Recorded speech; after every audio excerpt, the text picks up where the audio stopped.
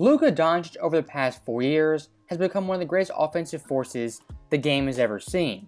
As on the court, he's a cross between James Harden and Larry Bird, a guy who can drop 50 and also dish out 15 assists. And so far in Luka's very early career, he's had great playoff success, hit big time shots, and showed up in nearly every playoff series. But the one thing for him at this point that has eluded him is a great MVP campaign in the regular season. As back in 2020, he finished 4th in voting but got 0 first place votes. The next year in 2021, he finished 6th and again got 0 first place votes. And last year in 2022, finished 5th but once again got 0 first place votes. Now, with that being said, looking at Luka this year, his overall game has ascended and exploded onto the MVP scene, averaging 34 points, 9 boards, 9 assists on 51, 36, and 74 splits. It's pretty obvious to everyone Luka Doncic right now is smack dab in the middle of the MVP race. And looking past Luka Doncic, that brings us to Kendrick Perkins, one of, if not the worst, ESPN analyst we have. As looking at Perkins, very early in the season, dropped some gems about Luka not being a top 5 MVP candidate. So Luka Doncic is not. Yeah. Luka Doncic is not in your top 5. Is that because the Mavs are struggling relative to the other guys on the, in the standings in their conference? Yes, because not only do you have to have great individual numbers, but your team has to be winning. Your team can't be sitting at the number 9th or 10th spot at a 500 record and you expect for him to be in the MVP conversation. It's just not how it works. Now, look, Luka has been doing his thing individually, but last time I checked, your team has to have success and be up in the top tier as well. Now, I do want to explain one thing pretty quickly. That overall take right there in a vacuum is not a bad take. But what is a bad take is Kendrick Perkins being a massive hypocrite when it comes to Luka Doncic not being the MVP due to his team being bad.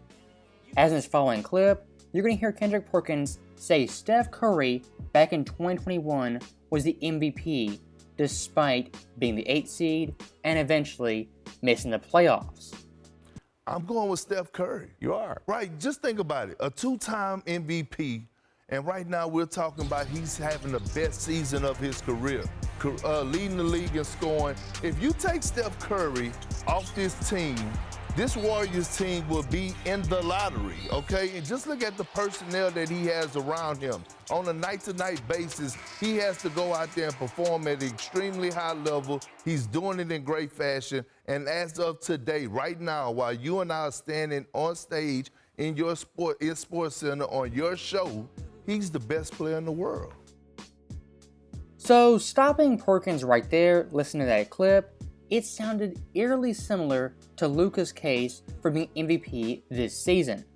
As his 3 major points in Steph's favor, where Steph Curry was leading the NBA in scoring, without Steph, Golden State would have been a lottery team, and that it took Steph being great every night for Golden State to be competitive. Those 3 main bullet points right there apply to Luka tenfold. As in Dallas, he has very little if any help offensively, and night to night, it's him doing everything. And the cherry on top this awful take Sunday is Kendrick Perkins himself unironically saying that voters and fans switch up the MVP every year and quote-unquote move the goalposts. See, here's the thing. We move the goalposts so much when it comes down to this MVP race. Now, looking back at Steph Curry in 2021, once again for his Warriors team, he was their do-everything point guard, very similar to Luka this year. But Luka in Dallas, I would argue personally, has less defensive help, and his offensive help is slightly below Steph in 2021. As right now for Dallas, he's leading them in points, assists, rebounds, as well as steals. And when it comes to points and assists, he's top 5 in both those categories. And looking at overall impact, Luka this year, his on-off plus-minus is plus 8.3, compared to Steph that year, who was plus 8.6.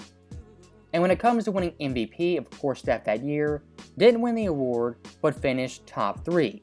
And Luka this year, I personally think is going to win the award, as the Dallas team right now is 5th in the Western Conference, with him putting up monster numbers. And once again, looking at Perkins, when it came to bad Luka takes, it didn't stop at that one segment, as later on, he had some pretty spicy quotes regarding Luka versus Trae Young. And his overall question was, why is Luka gassed up as MVP player and Trae Young not pumped up to win MVP? And even go as far as saying Luka Doncic and the media have some weird love affair and they're pushing him to an MVP prematurely.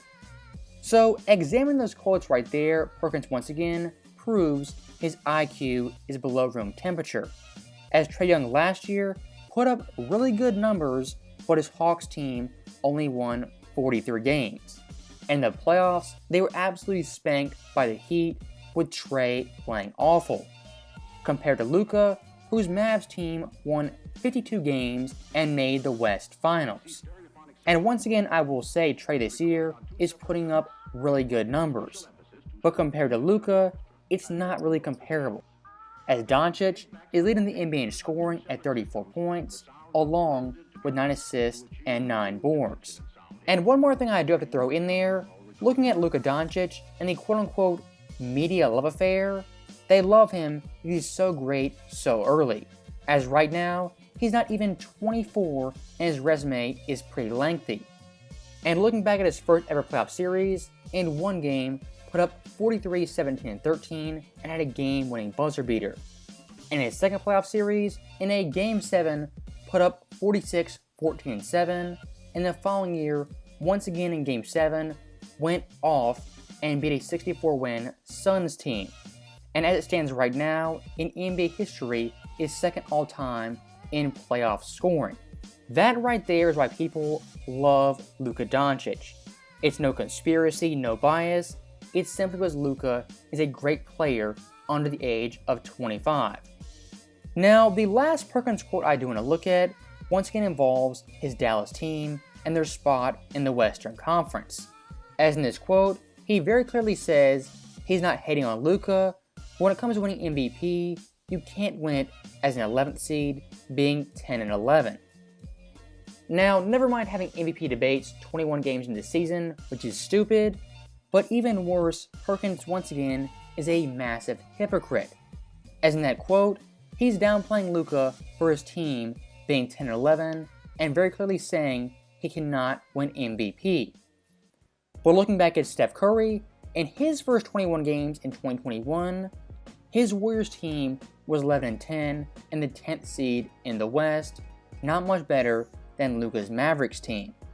When it comes to Kendrick Perkins, the hypocrisy, the double standards, the flip-flopping, the retraction of statements, the backtracking, it keeps going on and somehow nobody calls him out in the NBA media.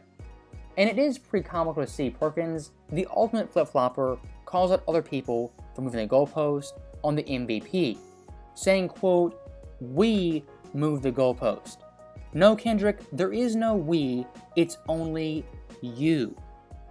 And despite Kendrick Perkins this year, I 100% want Luka to win MVP, as over the past 5 games, which Dallas has won, Luka is averaging 40, 12, and 11 on 58, 43, and 78 splits, with a plus-minus of plus 57.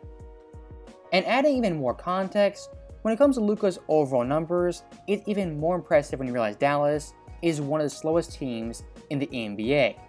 As an overall pace, they're at 95.9, second to last, behind Cleveland.